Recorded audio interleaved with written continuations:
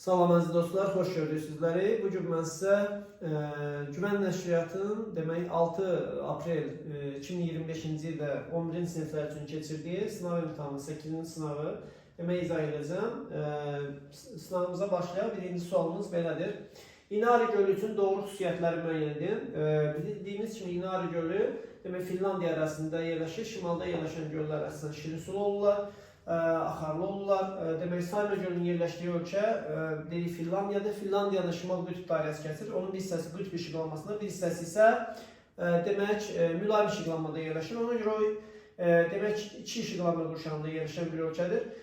Deyir ki, Sayma gölünün yerləşdiyi ölkənin ərazisindədir. Bu doğrudur təbii ki. İnari gölü həmçinin onlar bir yerdədirlər. Sonra Hind okeanı hövzəsinə aiddir, təbii ki, yanlışdır. Axarsız göldür, yanlışdır. Avropa ümumiyyətlə Hind okeanına əlaqəsi yoxdur. Aid olduğu ölkə işıqlanmadadır, bu da doğruydu. Təbii ki, axarlıdırsa şirin sulu olacaq. Ona görə bizim cavabımız 1-4-5-dir. 1-4-5 isə A variantında öz əksini tapıb. Keçək indi ikinci sualımıza. Daxili axarsız hövzənin çayları. Daxili axarsız hövzənin çayları əslində Mərkəzi Asiyadır. Bilirsiniz, Mərkəzi Asiya ölkələrinin birbaşa okean çıxışı yoxdur. Düzdür, oradan başlayan, məsələn, Qazaxıstandan başlayan çay okeanla əlaqəli ola bilər, amma dediyimiz kimi burada Kaşqadərya çayıdır, Tarim çayıdır və demək ki, Yordaniya çayı, Cənub-Qərbi Asiyada hansı ki, Ölü dənizə tökülür, bunların okeanla əlaqəsi yoxdur. Yəni, daxili axarsız hövzəyə aiddirlər, yəni quruyan çaylar və yaxud məsələn, su ehtiyatı az olan çaylardır, daxildəki göllərə və s. aid olurlar bu tip çaylar. O okeanla əlaqəli Yanadır, Kalimadır. Bunlar Şimal Buzlu okeanına, Qızılırmaq çayı isə Atlantik okeanına aiddir, Türkiyə arasına axır. Ona görə bizim cavabımız daxili axarsız hövzəyə aid olan 1-2-5-dir. 1-2-5-in olduğu variant isə demək B variantında öz əksini tapıb keçək 63-cü sual. Hindçin yarımadasının sahillərini yol su hövzələrindən deyil. Gördüyünüz kimi bu obyektlər xəritədən də baxsaq, Hindçin yarımadasının demək ki, 4-ü sahilində yerləşir. Bunlardan Sulu dənizdir. Sulu dəniz demək Malay arxipelagının arasındadır, adalar arasında yerləşir. Yəni materik sahillərini yumur. Əgər materik sahillərində olsaydı, o kənar dəniz olardı zaten. Ona görə bizim cavabımız oldu burada Y variantı. 64-cü sual. Cədvələ əsasən doğru sıraları müəyyənləşdirək. Demək, Norveç, Kanada, Yaponiya bilirsiniz ki, inkişaf etmiş ölkələrdir və bunlarda enerji resursları çoxdur. O səbəbdən alüminium istehsalına görə fərqlənirlər. Çünki alüminiumun istehsalı zamanı çoxlu enerji tələbat böyüdür. Bunlar da ithal xam malına əsaslanaraq alüminium sahəsini inkişaf etdirirlər. Biri birdir. Sonra Braziliya qanaqatlığı var. Kakao istehsalına görə fərqlənirlər. Düzdür. Braziliya ümumiyyətlə kakao mətəli Cənubi Amerikadır, amma həmçinin Afrika ölkələrində onun istehsalçılarıdır. Bu da doğru fikirdir. Sonra Çili, Liberiya, Mauritaniya dəmir filizi hasilatına və polad əridilməsinə görə fərqlənir. Bildiyiniz kimi Çili ümumiyyətlə mis ehtiyatına görə fərqlənir. Yanlış ifadə idi. Türkiyə, İran, İraq 4-cü mərhələdədir. 4-cü mərhələ inkişaf etmiş ölkələr içərisində demək, əhalinin təbii artımının ən aşağı göstəricilərinə malik olan və müəyyən qədər Şərqi Avropa ölkələri ki, bunlarda bəzən mənfi təbii artım gedir. Təbii ki, Türkiyəyə aid deyil bu. Ümumiyyətlə İran, İraq bunlarda əhalinin təbii artımı nisbətən yüksəkdir. Bu səbəbdən bu da yanlışdır. Sonra Danimarka, Niderland, İsveçrə südlü ətli istiqamətli heyvandarlığı inkişaf etmişdir. Doğrudur bu. Avropa ölkələri, Cənubi Avropada bir neçə dövlət istisna olmaqla, məsələn İspaniya, məsələn Yunanistan kimi ölkələr istisna olmaqla, əksər Avropa ölkələri heyvandarlıq sahəsi üzrə inkişaf edə bilər. Bu səbəbdən bu da uyğundur. Və ümumiyyətlə inkişaf edilmiş ölkələrdə heyvandarlıq üstündür. Yaponiya, İspaniya, məsələn, Yunanistan kimi ölkələr istisna etsək. 6-cı sual ki, bu da Mongolistan burada sosialist deyil, bu da yanlış ifadədir. Ona görə cavabımız 1-2-5-dir. 1-2-5-in olduğu variant isə A variantında öz əksini tapıb. Keçək 65-ci suala. 65-ci sual 22 dekabrda Günəş hansı adada zenitdə olur? Bu adalar içərisində tropik xəttinin, cənub tropik xəttinin 23,5-in kəsdiyi ada Madaqaskardır. O səbəbdən o cənub tropik xətti üzərində yerləşir. Cavabımız Y variantı olmuş oldu. Keçək 66-cı suala. Hansı Asiya xalqları Hind-Avropa dil ailəsinə mənsub deyil? Demək, Bengallar, bilirsiniz, Hind-Avropa dil ailəsinə aiddir. Bu yanlışdır.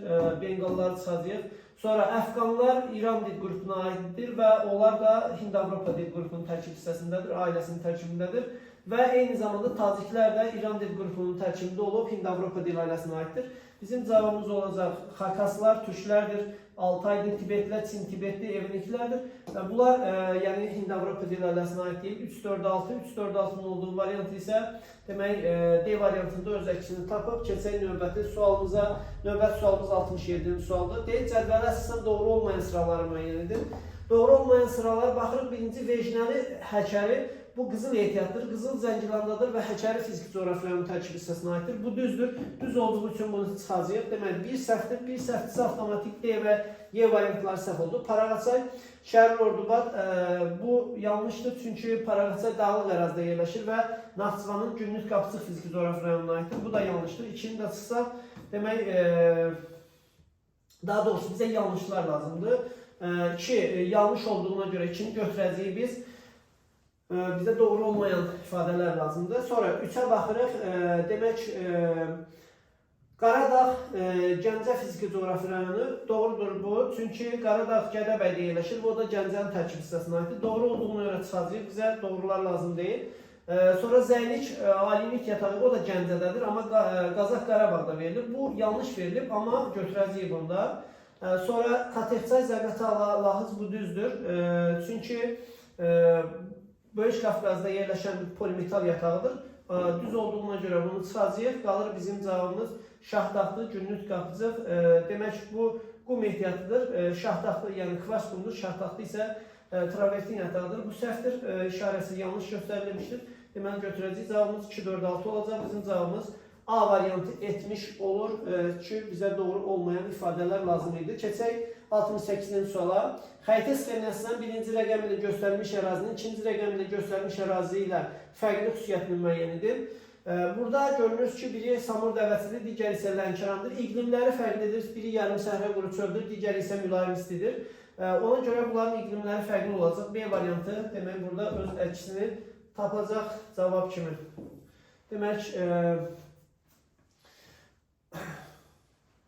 Demək, bu yanlış bir şey. Çünki yağıntıların əsasını bizdə əksər ərazilər deyilmiş soyuq dövründə düşür. Doğru, tektonik çökmə zonasında hər ikisi çökmədədir. Düzən meşələr içində də var, orada şollar düzündə. Dördüncü dövr çöküntülərinin rast gəlinir, hər ikisində rast gəlinir. Bunlar doğruydu. 69-cu sual. Xalxal və bu mineral bulaqları hansı fiziki coğrafi vilayətdə yerləşir? Bilirsiniz ki, bu Qəbələ rayonundadır. Qəbələ də Zaqatala Lahıc fiziki coğrafi rayonunun tərkib hissəsinə daxildir. Ona görə onu da müəyyənləşdirmiş olduq. Keçək 70-ci sual. Samur Yalama Milli Parkının yerləşdiyi inzibati rayon Bəsitçay qoruğunun yerləşdiyi inzibati rayondan fərqli cəhətdir. Samur Yalama Milli Parkı Xaçmazdadır. Demək, Xaçmaz. Bəsitçay isə Zəngilandadır. Ki, Xəzər sahili mövqeyə malikdir. Bu düzdür. Demək, bizim cavabımızın biri 1-dir. Digər cavaba baxsaq, demək 1-3, 1-4. 1-4-də meşə landşaftı yayılmışdır. Bu Bəsitçayda elə meşə qorunur, hansı ki şərq çinarı. Ona görə 1-3 cavab tektonik çökmə zonası Xaçmaz ön Qafqaz çökməsində yerləşir. Amma Bəsitçay Kiçik Qafqaz qalxmasında. Ona görə cavabımız 1-3 olmuş olacaq. Keçək 71-ci suala. Maşınqayırma məhsullarının istehsalında rolu daha çox olan, inkişaf etməkdə olan ölkələr. İlk öncə biz inkişaf etmiş ölkələri çıxaq. İnkişaf etmiş ölkə Avstriyadır. Bu ola bilməz sırada. Çünki bizə inkişaf etməkdə olan ölkələri soruşur. Qaldı burada Liviya, Çin, Kamboca, Braziliya, Argentin. Bunlar içərisində nisbətən güclü olan ölkələr Çindir, təbii ki, Argentinadır və Braziliyadır. Bu ölkələrdə maşınqayırma sənayesi inkişaf edib. O səbəbdən biz 1-3-5-i götürəcəyik, hansı ki onlar dünyanın ən güclü ölkələr qrupu var. G20'ye aid olan ölkələr, o qrupa daxil olan ölkələrdir. Demək, 1-3-5-dir bizim cavabımız. 72-ci sual. Aşağıdakı xüsusiyyətlərin aid olduğu ölkənin Əlcəzairdən fərqli xüsusiyyətlərini soruşur. BRICS təşkilatına üzvdür. Afrika ölkələrindən bəhs edilsək, BRICS təşkilatına üzv olan yeganə Afrika ölkəsi Cənubi Afrika Respublikasıdır, CAR. Və inkişaf etmiş ölkələr qrupuna daxildir. Afrikada yeganə inkişaf etmiş ölkə məhz CAR-dır. Bu da uyğun gəlir. İnkişaf etmiş ölkə olmağına baxmayaraq, əhalinin təbəərrüatının ikinci tip hissəciyə bilir və dünyanın ikinci hündür şəlaləsi Tuqiyela burada yerləşir, hansı ki 947 metr hündürlüyə malikdir. Ki, bu ölkənin Əlcəzairdən fərqli xüsusiyyətlərini seçəcəyik. Əlcəzair bilirsiniz ki, Aral dəniz sahillərinin çıxışı var, orada iqlim tipi eynidir. Onda bu variantlar səhvdir, çünki bizə fərqli cəhət lazımdır. İki işıqlanma qurşağında yerləşir. Əlcəzairdə, çünki Əlcəzair şimal tropik xətt kəsir. Ona görə 2 olan variantlarda sizə çıxacaq, qalacaq 3, 4, 5. Anklav ölkələrlə həmsərədir, çünki məsələn Esvantini, demək ki, hansı ki Svaziland dövləti və Lesotho var, onun həmsərədir. Budur Cənubi Afrika Respublikasının özəlliyi. Materikin ucqar cənub nöqtəsi iynə burnu burada yerləşir. Sonra neft qaz ehtiyatı ilə məhduddur. Bəli, müxtəlif təbii sərvətlərlə zəngin olsa da Cənubi Afrika Respublikasının neft ehtiyatı yaxşı təmin olunmayıb. Cavabımız olacaq onda bizim 3, 4, 5 və bu da A variantında öz əksini tapıb. Sonra cədvələ əsasən doğru sıraları müəyyən edin. Baxırıq, burada müxtəlif rayonlarımız, şəhərlərimiz verilir. Şirvan şəhəri, Mingəçevir şəhəri və Xankəndi. İnzibati rayon mərkəzləri deyil, əslində hər üçü heç bir rayonun mərkəzi deyil. Sonra mülayim isti iqlim tipində yerləşirlər. Bunlar ikisi yarımsəhradır. Xankəndi uyğun gəlir mülayim isti iqlimə. Sonra Kürdağ çökəli vilayətinə aiddir. İkisi Kürdağ arasına aiddir, biri isə deyil. Bu doğrudur. Demək, cavabımız olacaq onda 2 və 3-cü cavablar, o da C variantında öz əksini tapıb. Keçək növbəti sualımıza. Qarabağ bölgəsində ermənilərin yaşaması, müəyyən qədər kürdlərin yaşaması orada biraz əhalinin tərkibində dəyişikliyə səbəb olur. Eşitinsizliyi demək pozur. Tərtərsə və Türyan çayının fərqli xüsusiyyətləri. Tərtərsə Qarabağ vulkanik eyrasından başlayır. Kür çökəkliyində Qarabağ düzündə qovuşur hara? Kür çayına. Türyan çay isə demək Böyük Qafqazdan başlayır. Şirvan düzündə Kür çökəkliyində qovuşur. O səbəbdən Y variantında yazılıb ki, Şirvan düzündə kürə tökülürlər. Bu yanlış fikirdir. Çünki biri dedik tökülür.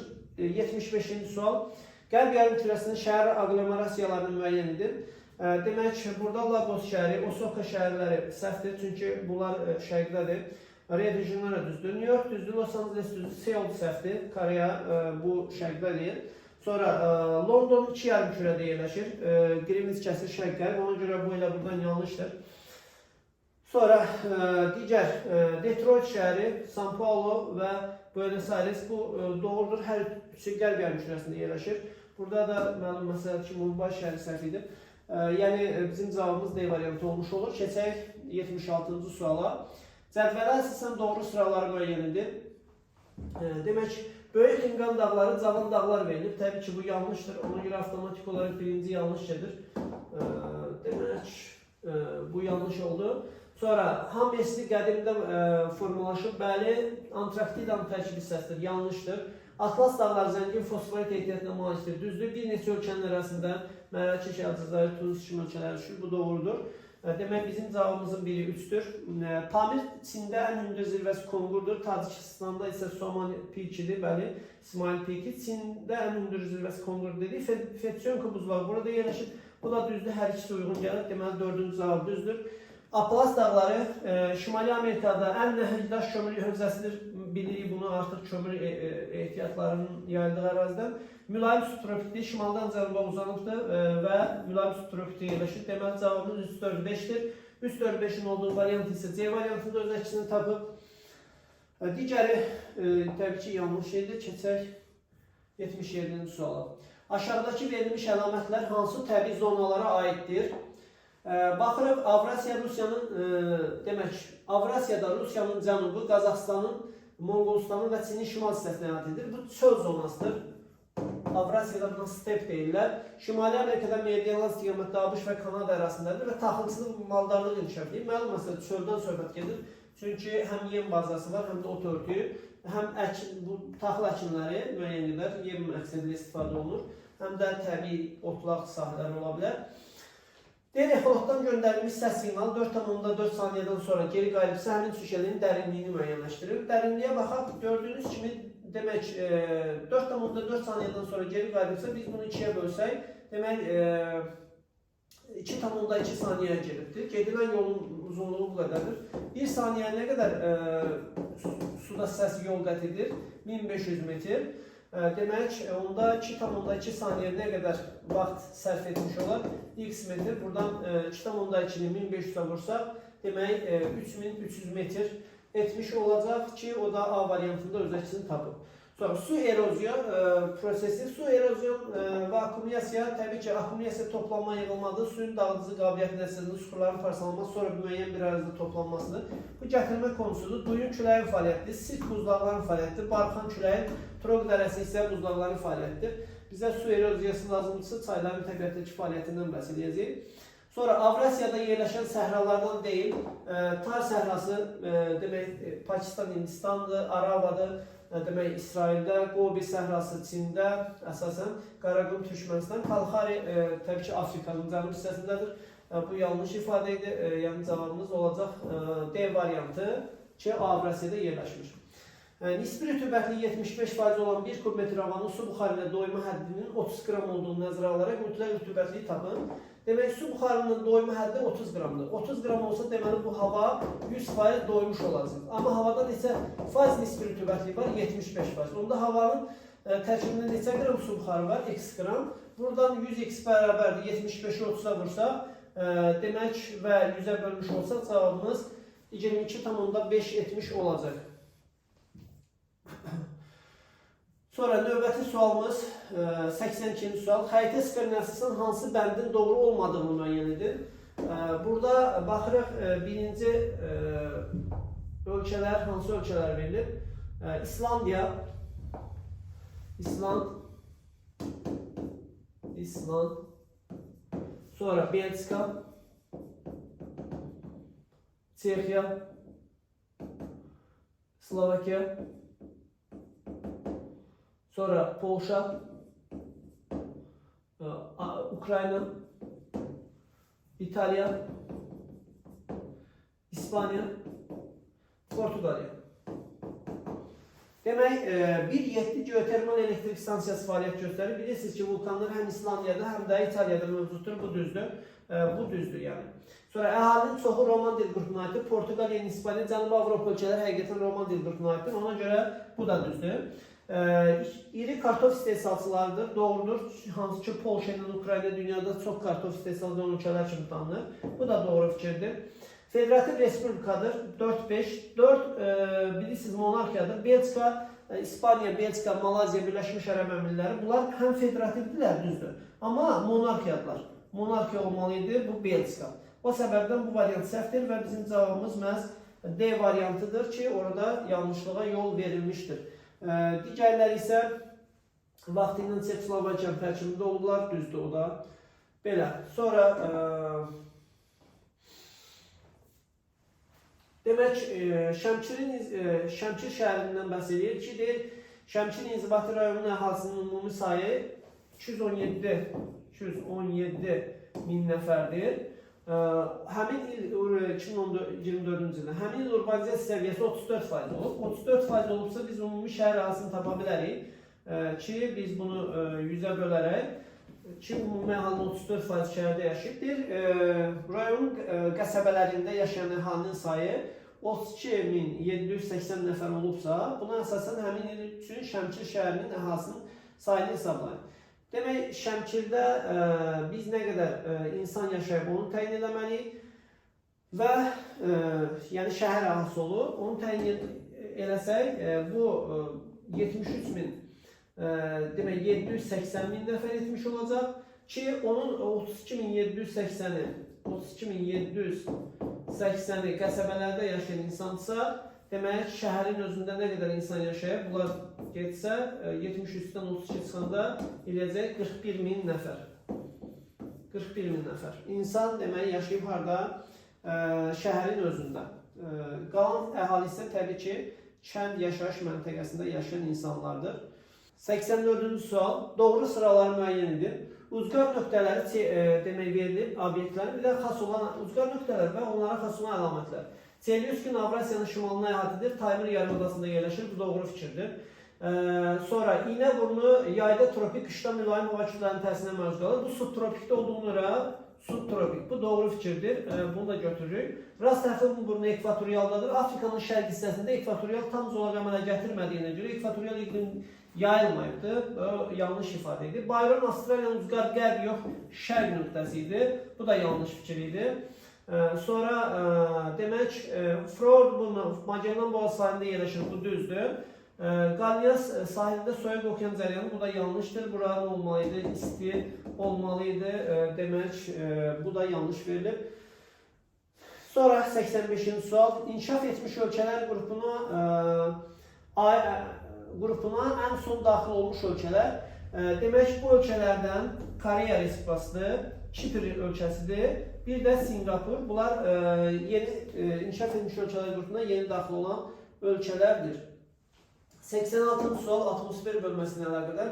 Deməli, ərazinin hündür hissəsində temperatur -9,5-dir, onun müəyyən hissəsində isə -2,3-dür. Aralarında nə qədər fərq var? Gördüyünüz kimi 7,2 dərəcə fərq var. Biz bilirik ki, 1000 metr hündürlüyə qalxdıqca temperatur 6 dərəcə azalır. 6 dərəcə azalır. 7,2 dərəcə fərq etməsi üçün temperatur bu qədər dərəcə fərqi olması üçün obyektlər arasında neçə metr fərq tələb olunur? X metr ki, 7,2-ni 1000-ə vurub 6-ya bölsək, ümumilikdə neçə metr hündürlük fərq yaranır? 1200. Aralarında neçə horizontal fərq var? 4 horizontal. Biz bunu 4-ə bölmüş olsaq, onda hər horizontalın neçə metrdən bir çəkildiyini təyin edə bilərik ki, ona kəsmə yüksəkliyi deyirik ki, bu da 300 metr etmiş olur. Cavabımız 300 metr olacaqdır. Sonra keçək növbəti suala, 87-ci sual. Deyir, uyğunluğu müəyyən edin. York yarımadası, Kamçatka yarımadası.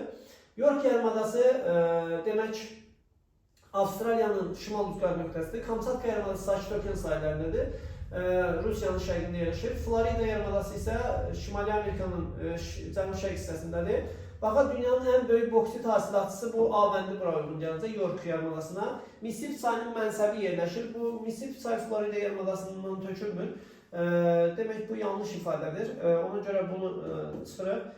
Sonra fəaliyyətdə olan vulkanlar mövcuddur. Fəaliyyətdə olan vulkan Kamçatka yarımadasındadır, C variantı. Sahilləri 2 okean suları ilə yuyulur. Bu York yarımadasındadır. Şərqi Sakit Okean, qərbi isə Hind okeanına aiddir. Ona görə D variantını Yorka verəcəyik. Qaldı ABŞ-a məxsusdur. Bu da Florida yarımadasına aiddir. Y variantı demək belə.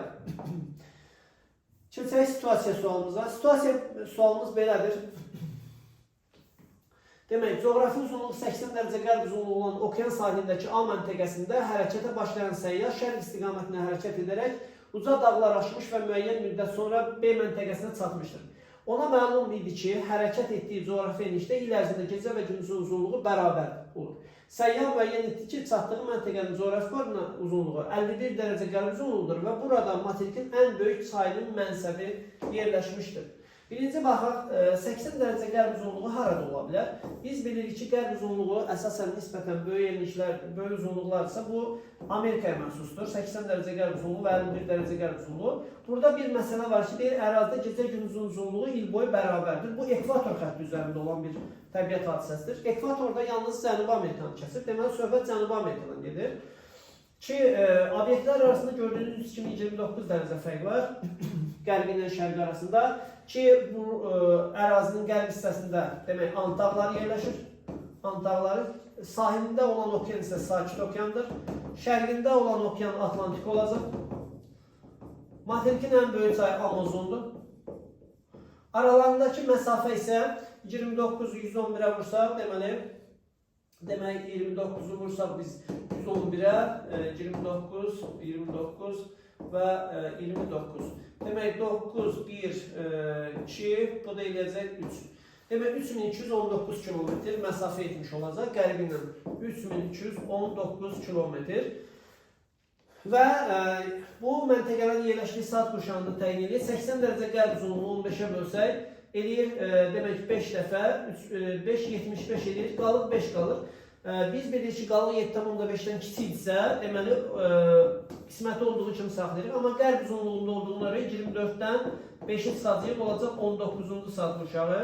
Sonra digər 51 dərəcə qərb uzunluğu, 51-də 15-ə bölsək, 3 dəfə eləyir, 45, qalıq 6 qalır. 7,5-dən kiçikdir deyə, elə 3 olduğu kimi saxlayırıq. Amma qərbdə olduğuna görə 24-dən 3 çıxırıq, eləyir 21-ci saat qurşağı. Ki, demək bizə verilən tapşırıqlar bu suallar əsasındadır. Materik təbii ki, Cənubi Amerika oldu. Okeanlar Sakit Atlantik. Qət olunan məsafə isə hesabladıq 3219 kilometrdir. 3219. Burada biz hesablamışıq onu.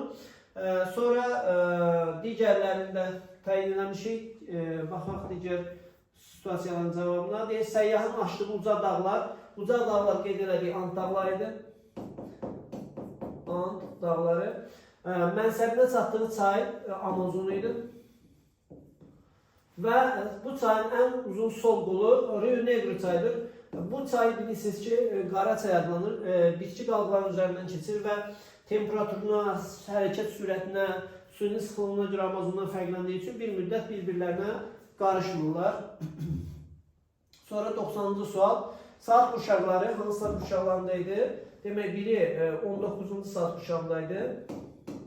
19-cu saat. Demək, qeyd eləyək.